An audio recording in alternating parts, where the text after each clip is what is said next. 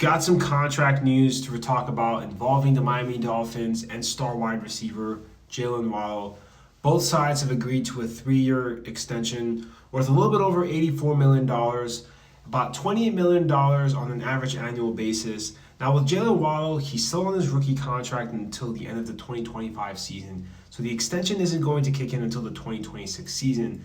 But for the Dolphins and their fans, this is great news that the organization has locked up one of the more explosive playmakers in the NFL for the foreseeable future.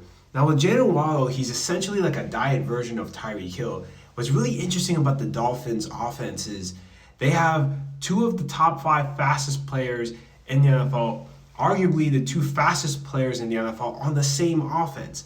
So any defense that's going to have to play against the Dolphins, it's going to be a nightmare matchup for them having to go against Tyreek Hill and Jaylen Waddle. Now, the thing that I want to highlight about this contract extension, now, even though it's not going to kick in until the 2026 season, it's going to be interesting to see what this means for the contract of quarterback Tua Tagovailoa, because this is the last year of his contract, and the Dolphins have yet to offer him an extension.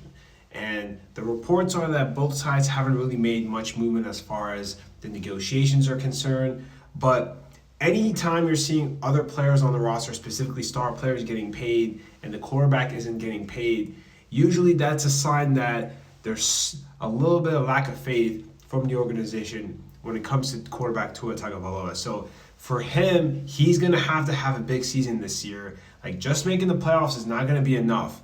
Even winning one playoff game, I think, is not going to be enough. Like, I think in order for quarterback Tua Tagovailoa to get a contract extension from the Miami Dolphins, and he's probably going to want something in the $50 million on an average annual basis, he's got to at least take the Dolphins to the AFC Championship game. And honestly, from a roster perspective, they have the talent on the roster to make a run in the playoffs. Now, I want to hear from football fans in the comment section down below, specifically Dolphins fans.